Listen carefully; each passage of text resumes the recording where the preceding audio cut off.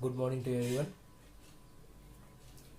Today we will discuss about the another topic related to the enzymes, and it is nomenclature of enzymes.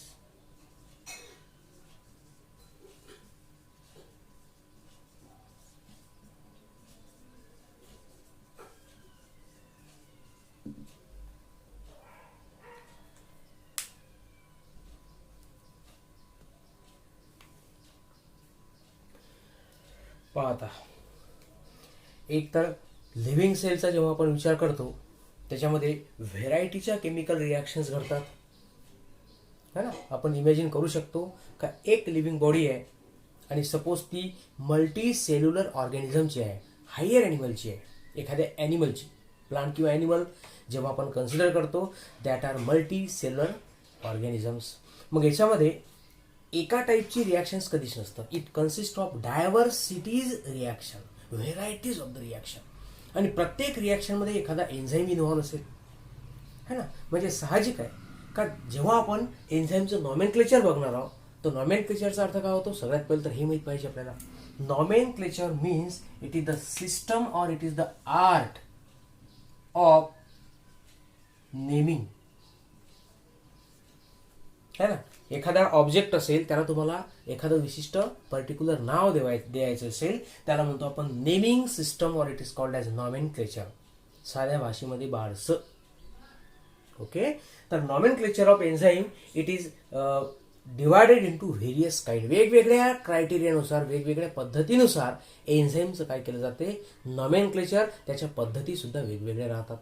Because all the enzymes are not having the similar kind. व्हेरायटीच्या reactions आहेत, so the enzyme involve they also show the varieties.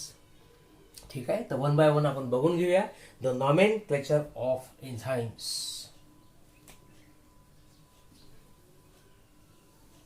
Art of naming and object म्हणू शकता तुम्ही, किंवा naming art. शॉर्टकटमध्ये काय लक्षात ठेवा तुम्ही, naming system, it is called as nomenclature. आता याच्यामध्ये पहा, सगळ्यात पहिला कन्सेप्ट आपल्याला बघायचा आहे तो म्हणजे first one, nomenclature bye adding suffix to the substrate. वेगवेगळ्या सिस्टम्स आहेत विद्यार्थी मित्रांनो.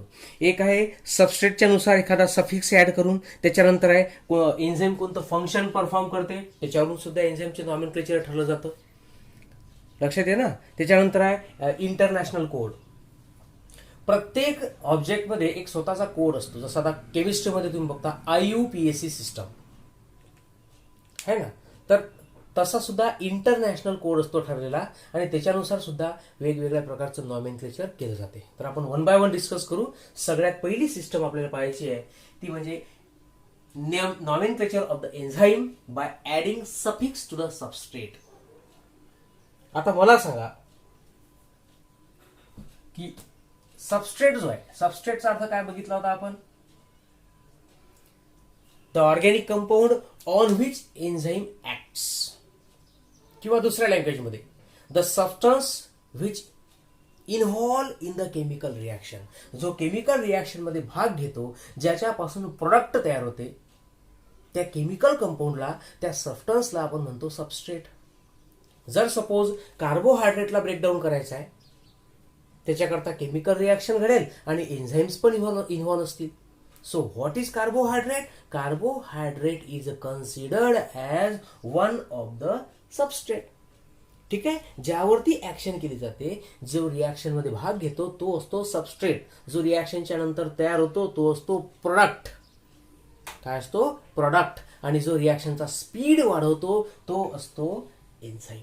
आणि आपल्याला त्या एन्झाईमचं नॉमेनक्लेचर बघायचं आहे. आणि सफिक्स म्हणजे काय आहे, तर इट इज द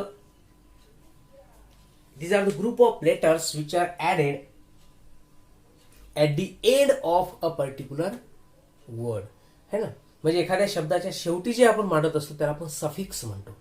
आपण तुमच्या लक्षात येऊनच जाईल पाहिजे जेव्हा आपण एक्झाम्पल बघू, कारण आपल्याला काही इंग्लिशचं ग्रामर सध्या शिकायचं नाही आहे, ते तुम्ही त्याच्यामध्ये बघून घ्याल व्यवस्थितपणे. तर आता फॉर एक्झाम्पल सगळ्यात पहिले तर आपण हे पाहू की सबस्ट्रेट कोणकोणते आहेत आपल्याकडे. फॉर एक्झाम्पल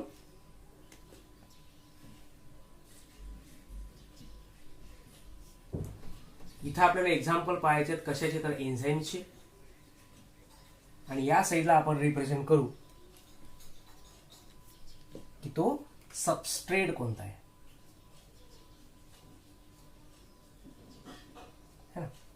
तर for example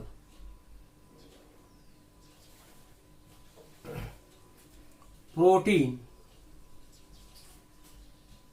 for example sucrose. मी तुम्हाला टेक्स्ट बुक प्रमाणे देऊन राहिलो जेणेकरून सोयीस्कर जाईल है ना. त्याच्यानंतरचं एक्झाम्पल आहे विद्यार्थी मित्रांनो न्यूक्लिक ऍसिड. ठीक आहे. This three are considered as one of the substrate. ज्या रिॲक्शन मध्ये प्रोटीन इन्व्हॉल्व आहेत तर प्रोटीन झाला सबस्ट्रेट, न्यूक्लिक ऍसिड असेल तर तो झाला सबस्ट्रेट, सुक्रोज असेल वगैरे वगैरे. म्हणजेच कार्बोहायड्रेट, प्रोटीन आणि न्यूक्लिक ऍसिड याला आपण सबस्ट्रेट समजतोय. Now which enzymes are involve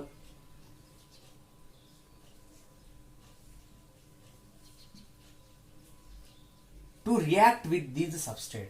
आता आपल्याला काय म्हटलं त्यांनी की सबस्ट्रेटच्या नावासमोर आपल्याला काय म्हणायचं आहे, सफिक्स म्हणायचं आहे. आणि विद्यार्थी मित्रांनो एन्झाईमच्या समोर जे सफिक्स म्हणलं जातं ते असतं ASE. कोणतं असते, ASE है ना. एक एक्झाम्पल देतो तुमच्या माहिती करता, कॉमन एक्झाम्पल आहे जे तुम्हाला माहिती असेल.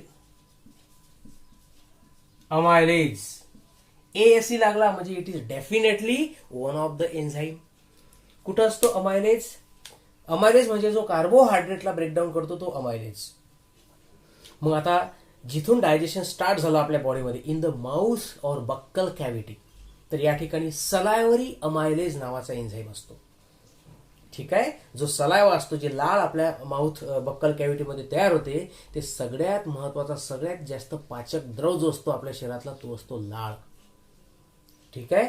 तुम्ही पहा जे वाईल्ड ॲनिमल जे प्राणी राहतात बाकीचे, एक्झाम्पल डॉग, जेव्हा त्याला एखादी जखम होत असेल, कोणताही प्राणी असेल, जेव्हा जेव्हा त्याला एखादी इंजुरी होते तेव्हा तो काय करतो, त्याच्या जिभेने त्या जखमेला चाटत असतो है ना. तो काय करतो, तो लाळ जे असते सलायवा त्याच्या थ्रू त्या ठिकाणी जे जर्म्स असतात, म्हणजे तुम्ही अंदाज लावा की ह्या गोष्टी का घडतात.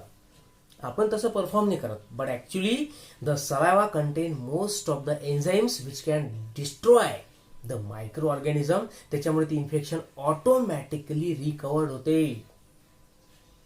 एवढी सारी जबरदस्त एक प्रॉपर्टी आपल्या सलावामध्ये असते विद्यार्थी मित्रांनो. ओके. अँटीऑक्सिडंट ही सुद्धा आपल्या सलावामधली प्रॉपर्टी आहे. अशा बऱ्याचशा गोष्टी आहेत. असो, आपल्याला फिजिओलॉजी नाही पाहिजे सध्या. आपला मेन कॉन्सन्ट्रेशन आहे की ASE लागला म्हणजे तो एन्झाईम असतो. ठीक आहे. आता या ठिकाणी या सबस्ट्रेटच्या समोर आपण ASE सफिक्स लावण्याचा प्रयत्न करूया. Now the enzyme related to the protein it is considered as the proteases किंवा प्रोटीएज. ASE सफिक्स लागला. Second one sucrase and third one nuclease. काही कठीण आहे का? एकदम सिंपल वर्ड आहे. ASE सफिक्स आहे म्हणजे तो एन्झाईम आहे. न्यूक्लिक ऍसिड वर ऍक्शन करतोय सो इट इज न्यूक्लिएज. म्हणजे इथं कन्सेप्टच क्लिअर करा की ज्या ज्या सेलमध्ये न्यूक्लिएज नावाचा एन्झाईम दिसला याचा अर्थ डेफिनेटली तो न्यूक्लिक ऍसिड म्हणजे DNA RNA वर ऍक्शन करणार. ते कशी ऍक्शन करते, तो कसा त्या रिॲक्शनचा स्पीड वाढवतो, रेट वाढवतो, ते सगळं नंतरचा पार्ट आहे. सध्याचा पार्ट आपला काय आहे की how to know nomenclature of the enzymes. Okay. हा झाला आपला पहिला पार्ट. आता बघूया आपण second. According to the function performed, according to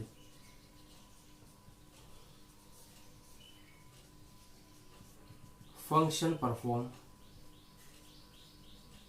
म्हणजे तो एन्झाईम कोणत्या प्रकारचं फंक्शन कॅरी आउट करतो त्याच्यानुसार सुद्धा एन्झाईमचे काही टाइप्स पडतात. ठीक आहे. आता फंक्शन परफॉर्म मध्ये डायरेक्टली आपण एक्झाम्पल घेऊ पुस्तकातले, मग त्याचं मिनिंग समजून सांगतो. Number 1 example dehydrogenase. Second example आहे आपल्या बुकमध्ये दिलेलं, दॅट इज डी कार्बॉक्झिलेज.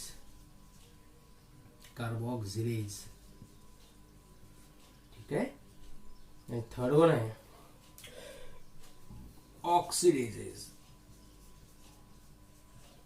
आता पहा, हिअर डिहायड्रोजिनेज. आता इथं हा जो वर्ड आहे हायड्रोजन, म्हणजे याचा अर्थ काय होते, हा एन्झाईम काय करेल, it will remove, help in removal of H2. एखादा सबस्ट्रेट असेल, त्या सबस्ट्रेट मधला हायड्रोजनचा ग्रुप जो आहे, हायड्रोजन मॉलिक्यूल, त्या हायड्रोजनला तो काय करेल, रिमूव्ह करेल. अशा एन्झाईमला तुम्हाला म्हणायचं आहे डिहायड्रोजिनेज. तुम्हाला बाबा हायड्रोजनला रिमूव्ह करण्याची गरज काय पडली? करेक्ट आहे. असा क्वेश्चन माइंडमध्ये यायलाच पाहिजे, कारण जेव्हा जेव्हा क्वेश्चन आपल्या माइंडमध्ये येईल तेव्हाच तुम्ही कोणत्याही गोष्टीला सॉल्व्ह करू शकता. You can answer perfectly. Understanding तुमचं वाढू शकते. तर ठीक आहे, पण आता आपण समजून घेऊया की बा हायड्रोजन म्हणजे हे जे टाईप्स आपण पाहून राहिलो नॉमेनक्लेचरच्या सिस्टम, याची गरज का पडली असेल. आता एक्झाम्पल इथं मी तुम्हाला फक्त हायड्रोजन बद्दल बोलतो. पहा आता, you heard about the word energy.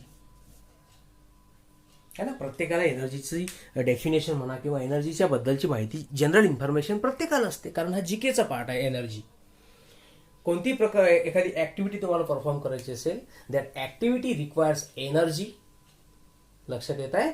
मग आता ही एनर्जी म्हणजे काय, ऍक्च्युली सेलमधली एनर्जी. आताच लक्षात ठेवा, सेलमधली एनर्जी म्हटलं का पटकन लक्षात आलं पाहिजे ATP.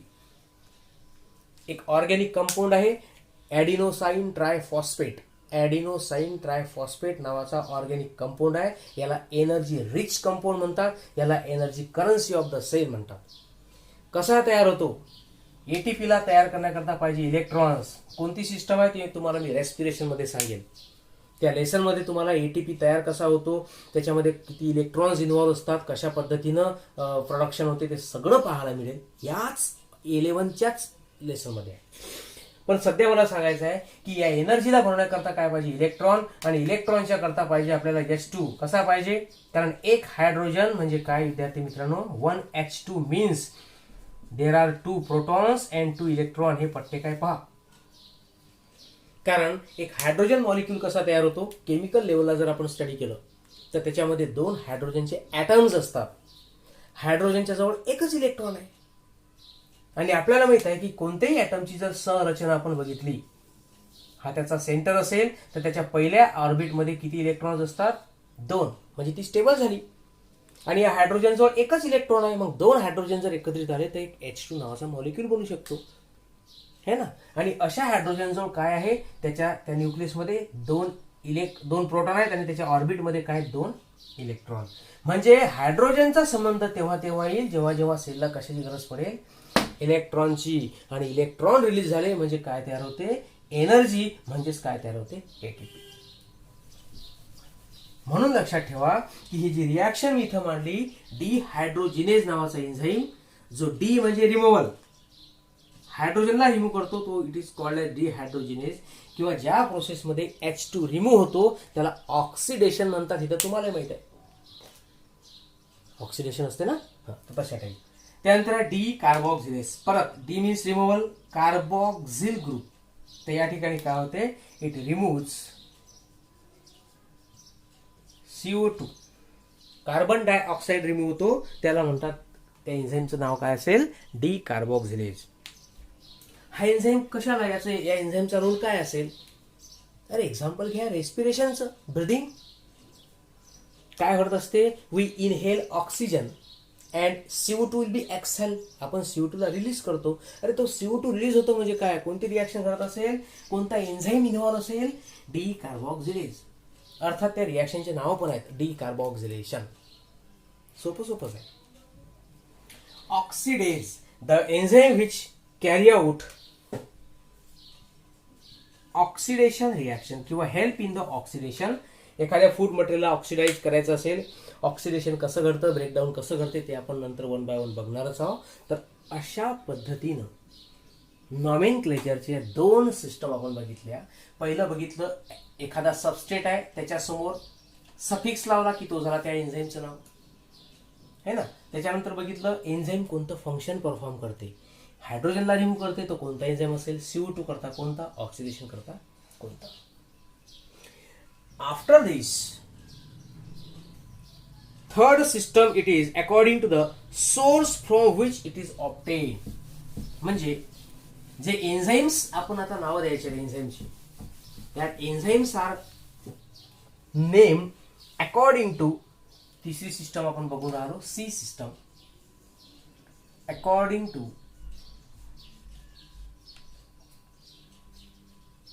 the source from which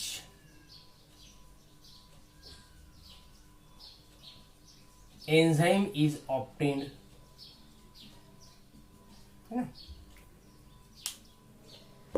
enzyme हा एक केमिकल म्हणजे ऍक्च्युली प्रोटीन असतो. मग आता एखादा एन्झाईम कुठून मिळवायचा असेल तुम्हाला, है ना, त्याचा सोर्स कुठून एन्झाईम तयार होतात. किती सारे एन्झाईम तर मायक्रो ऑर्गॅनिझम तयार करतात. हो, तुम्ही पहा ना, एखादी डेड बॉडी असेल तर ती डेड बॉडी समजा एखाद्या रोडवरती पडलेली असेल तर after some period of the time the dead body become vanish. ती तिथून निघून जाते. गायब झाली का? हो, नाही. त्याला मायक्रो ऑर्गॅनिझमनं कन्झ्युम केलाय, म्हणजे त्याला डिकम्पोज केलं, त्याचं विघटन केलं. का केलं तर micro organism releases certain kind of the enzyme. ते ऑक्सिडेशन करतात, ब्रेकडाऊन करतात आणि त्या ठिकाणी पूर्णच्या पूर्ण बॉडीला काय करतात, डिकम्पोज. म्हणजे एन्झाईमला मिळवण्याकरता तुम्हाला एखादा सोर्स असेल. जर तुम्हाला लॅबोरेटरीमध्ये एखादा एन्झाईम सेपरेट करायचा असेल, तुम्हाला दाखवायचं असेल की अशा टाईपचे एन्झाईम्स असतात, तर तुम्ही ते कोणत्या तरी एखाद्या प्रॉडक्टपासून, एखाद्या केमिकलपासून, एखाद्या सोर्सपासून मिळवाल. तर त्याला म्हणायचं तुम्हाला nomenclature according to the source from which enzyme is obtained. तर पहा आता याच्यात दोन एक्झाम्पल दिले आहेत पुस्तकात. Number 1, the enzyme papain it is obtained from papaya. ठीक आहे. त्याच्यानंतर second, bromelain from bromeliaceae group. म्हणजे हा एक ग्रुप आहे प्लांटचा, है ना. याचं एक्झाम्पल तुम्ही घेऊ शकता पाईन ऍपल. ठीक आहे. म्हणजे ऍक्च्युली ब्रोमेलिएसी म्हणजे काय, it is the group of monocots. आता तुम्हाला मोनोकॉट नाही समजणार, पण एक्झाम्पल लक्षात ठेवा तुम्ही, पाईन ऍपल. ठीक आहे. तर अशा पद्धतीनं हे लक्षात आलं का, हे तुम्हाला बॉटनीमध्ये लक्षात येईल जेव्हा आपण त्याचं नॉमेनक्लेचर बघू, त्याचं क्लासिफिकेशन बघू. ज्या पर्टिक्युलर वर्डमध्ये CEAE असा वर्ड लागेल त्याला सी, ब्रोमिलेसी, तर याला फॅमिली किंवा ग्रुप ऑफ दी प्लांट म्हणतात. लक्षात येईल तुमच्या जेव्हा क्लासिफिकेशन बघू. सध्यापुरतं लक्षात ठेवा की पाइनएपल सारखे जे प्लांट्स असतात किंवा फ्रुट्स आहेत त्या ठिकाणी त्याच्यापासून आपल्याला काय मिळतं, या फ्रुट्सपासून ब्रोमेलिन नावाचा काय मिळतो, एन्झाईम. आणि या प्रत्येक एन्झाईमचा फ्रूट प्रोसेसिंग मध्ये काय असतं, रोल असतो. त्याच्यानंतर the system according to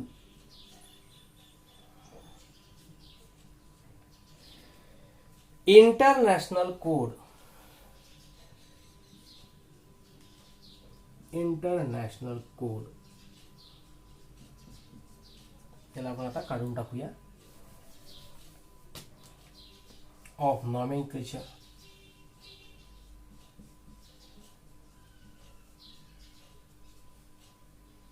international म्हटलं म्हणजे हा ऑल ओव्हर असेल. म्हणजे कोणत्याही ठिकाणी जर एन्झाईमचं नाव या ठिकाणी याचे एक्झाम्पल बघू आपण, तर ते ऑल ओव्हर दी वर्ल्ड सारखेच राहतील. ठीक आहे. आता पहा यात काय म्हटलेलं आहे की every enzyme is given, enzyme should be given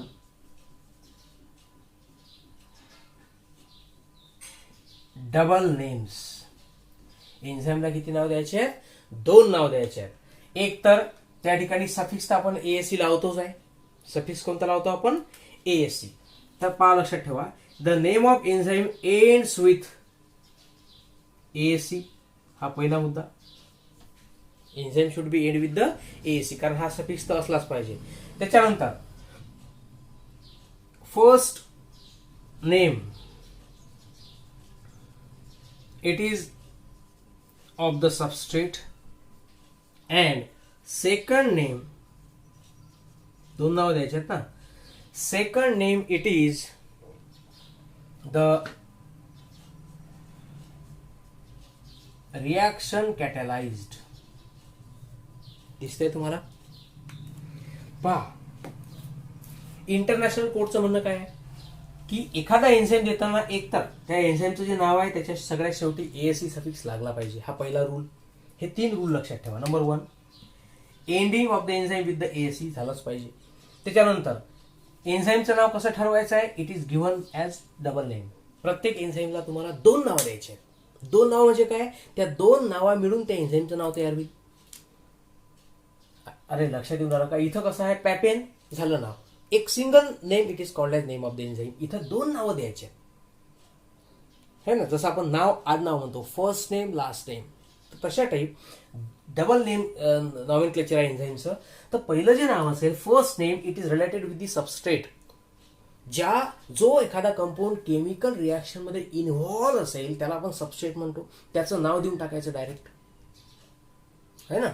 आणि नंतर द सेकंड नेम, या सबस्ट्रेटच्या नंतर काय नाव द्यायचं तुम्हाला, रिॲक्शन कॅटलिस्ट. कोणती रिॲक्शन तो कॅटलिस्ट करतो. कॅटलिस्ट करणं म्हणजे काय, ते रिॲक्शनचा स्पीड वाढवणं. एखादा एन्झाईम रिॲक्शन मध्ये भाग घेतो तर त्याला इंग्लिशमध्ये कसं म्हणतात, this enzyme catalysed the reaction. Okay, आता याचे एक्झाम्पल बघू म्हणजे तुमच्या लक्षात येऊन जाईल.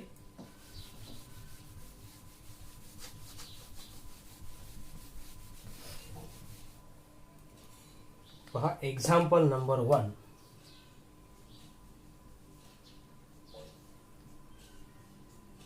पायरुवेट डिकार्बोक्सिलेज. नावं सगळे तुमच्याकरता नवीन येतील कारण आपण आता 11वी पासून थोड्या डीप लेवलला चाललो आहे विद्यार्थी मित्रांनो. हा, एक एक कन्सेप्ट क्लिअर करूया आपण. थोडस वर गेला ते डिकार्बोक्सिलेज. पहा आता हे काय भानगड आहे हो पायरुवेट, तर लक्षात ठेवा. फोटोसिंथेसिस शब्द ऐकलाय मी, तुम्हाला त्याचा एक संदर्भ देत असतो का, पटकन हा शब्द तर आपण ऐकलाच नाही. आपण शब्द ऐकलाय, आपण हायस्कूलच्या लेवललाच ऐकलाय, फक्त तो लॉकडाऊनमुळे डिलीट झाला असेल. पण नाही, we will try to recover, we will try to remind each and every word. Photosynthesis शब्द ऐकलाय. फोटोसिंथेसिस मध्ये काय बनते, ग्लुकोज फूड मटेरियल बनते, आपण ऐकलं आहे. पण डायरेक्टली ग्लुकोज बनत नाही. ग्लुकोज काय आहे, it is a 6 carbon compound. कुणाला मान्य आहे ना, yes, we should accept that word. 6 carbon carbohydrate जो आहे तो ग्लुकोज, कारण आपण हे कार्बोहायड्रेट मध्ये पाहिलंय राव, है ना. C6H12O6 ग्लुकोज तयार झाला. म्हणजे 6 कार्बन पासून बनलेला एखादा प्रॉडक्ट बनवायचा आहे फोटोसिंथेसिस मध्ये, तो डायरेक्ट नाही बनत. तो डायरेक्ट बनणार आहे काय, प्लांट काय करतात, ऍटमॉस्फिअर मधून कार्बन डायऑक्साईडला ऍब्सॉर्ब करतात. कार्बन डायऑक्साईड म्हणजे काय, CO2. किती कार्बन आहेत, 1 कार्बन. या एका कार्बनचं रूपांतर डायरेक्ट 6 कार्बन मध्ये कसं होईल. तर ड्युरिंग फोटोसिंथेसिस एक इंटरमिजिएट, एक मधात प्रोडक्ट तयार होतो, त्याचं नाव असते पायरुवेट. म्हणजे जर तुम्हाला पायरुवेट समजला नाही तर तुम्ही अंदाज काय लावायचा विद्यार्थी मित्रांनो, की एक प्रोडक्ट आहे जो फोटोसिंथेसिसच्या दरम्यान प्लांटमध्ये तयार होतो. ओके, रेस्पिरेशन मध्ये सुद्धा याचा रोल येईल की कसं ब्रेकडाऊन करते. तर बघूया, पायरुवेट डिकार्बोक्सिलेज याचं मिनिंग तर आपण आताच बघितलं. एक तर हा एन्झाईम काय करेल, डी मीन्स रिमूव्हल, कार्बोक्सिलेज म्हणजे CO2 ला रिमूव्ह करेल. कोणत्या सबस्ट्रेट मधून रिमूव्ह करतो, पायरुवेट, है ना. आता याचे रिॲक्शन जर आपण बघितली तर पहा, CH3COCOOH हा त्याचा फॉर्म्युला आहे. दिस इज कॉल्ड ॲज पायरुवेट. याला काय म्हणायचं तुम्हाला, पायरुवेट किंवा पायरुविक ऍसिड असं पण नाव त्याला दिलं जातं. तर दिस पर्टिक्युलर सबस्ट्रेट, कोणता एन्झाईम इन्व्हॉल्व आहे याच्यात, पायरुवेट डिकार्बोक्सिलेज. काय रिमूव्ह करतोय, CO2. कुठं आहे CO2, C double bond O. हा जो ग्रुप आहे हा इथून रिमूव्ह केला. गॅस आहे ऍटमॉस्फिअर मध्ये निघून जाईल. आता काय शिल्लक राहिलं हो, CH3CO अँड दिस H. याला आपण डायरेक्टली मांडू शकतो, it is CH3CHO. This is called as acetaldehyde. काय म्हणायचं आहे, अल्डिहाइड. CHO ग्रुप लागला म्हणून त्याला अल्डिहाइड म्हणतात. अल्डिहाइड आहे, कीटोन आहे, असे शब्द तुम्हाला केमिस्ट्रीमध्ये येणार आहेत. तर असा एन्झाईम आहे ज्याचं नाव आपल्याला काय द्यायचं आहे, name involve double name system. First name it is of the substrate, ज्यावर ऍक्शन झाली तो आहे पायरुविक ऍसिड किंवा पायरुवेट म्हणून त्याचं नाव दिलं पायरुवेट. काय करतो, रिॲक्शन कोणती कॅटलाइज करतो, CO2 ला रिमूव्ह करतोय. So the name of enzyme is decarboxylase. अशा प्रकारचे दोन नाव ज्या सिस्टम मध्ये असतील त्याला म्हणतात इंटरनॅशनल कोड ऑफ नॉमेनक्लेचर.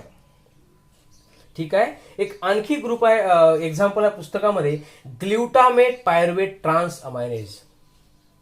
कोणतं नाव आहे, glutamate pyruvate transaminase. Trans म्हणजे ट्रान्सफर करणं, अमायनो म्हणजे अमिनो ग्रुप. काय असेल, अमिनो ग्रुप, ज्याला आपण म्हणतो NH2. पहा, it catalyses the transfer of amino group from the substrate glutamate to pyruvate. म्हणजे ग्लुटामेट नावाचा एक कंपाऊंड आहे, त्याच्यापासून अमिनो ग्रुपला NH2 जो ग्रुप आहे त्या ग्रुपला कुठं ट्रान्सफर करायचं तुम्हाला, पायरुवेटकडे. म्हणजे ग्लुटामेट पासून एका सबस्ट्रेट पासून दुसऱ्या सबस्ट्रेटकडे एखादा ग्रुपला ट्रान्सफर करतो, म्हणून त्याला ट्रान्स अमायनेज एन्झाईमचं नाव द्यायचं आहे. आता इथं सबस्ट्रेट 2 आहेत, इथं काय आहेत, सबस्ट्रेट 2 आहेत, म्हणून त्या ठिकाणी त्यांनी दोन्ही सबस्ट्रेटचे नाव टाकून दिले. कारण नियमच आपला आहे की पहिलं नाव काय आहे, सबस्ट्रेट. मग एक सबस्ट्रेट असेल तर एका सबस्ट्रेटचं नाव द्या, 2 असतील तर 2 नाव द्या, 3 असतील तर 3 द्या. सो ग्लुटामेट पायरुवेट ट्रान्स अमायनेज या एन्झाईमचा रोल काय आहे, हे प्रॉडक्ट कोणते तयार होतात, हे सगळं यातले काही एक्झाम्पल आपल्या सिलेबसमध्ये आहेत. जे जे आहेत मी तुम्हाला ते डिस्क्राईब करून सांगितलेच आहेत. ओके. तर अशा पद्धतीनं वेगवेगळ्या प्रकारच्या नॉमेनक्लेचर सिस्टम्स असतात विद्यार्थी मित्रांनो. We will try to recover. काय बघितलं आपण, 4 नॉमेनक्लेचरच्या सिस्टम बघितल्या. पहिली बघितली आपण सफिक्स, सबस्ट्रेटच्या नावासमोर सफिक्स द्यायचा आहे, त्याचे काही एक्झाम्पल बघितले आपण. त्याच्यानंतर अकॉर्डिंग टू द सोर्स कुठून मिळवला जाते. त्याच्यानंतर तिसरा पार्ट पाहिला आपण, कोणता, तर इंटरनॅशनल कोड. आणि सगळ्यात महत्वाचं म्हणजे according to the function perform. असे 4 एन्झाईमचे ग्रुप बघितले आपण. हे झाली नॉमेनक्लेचर सिस्टम.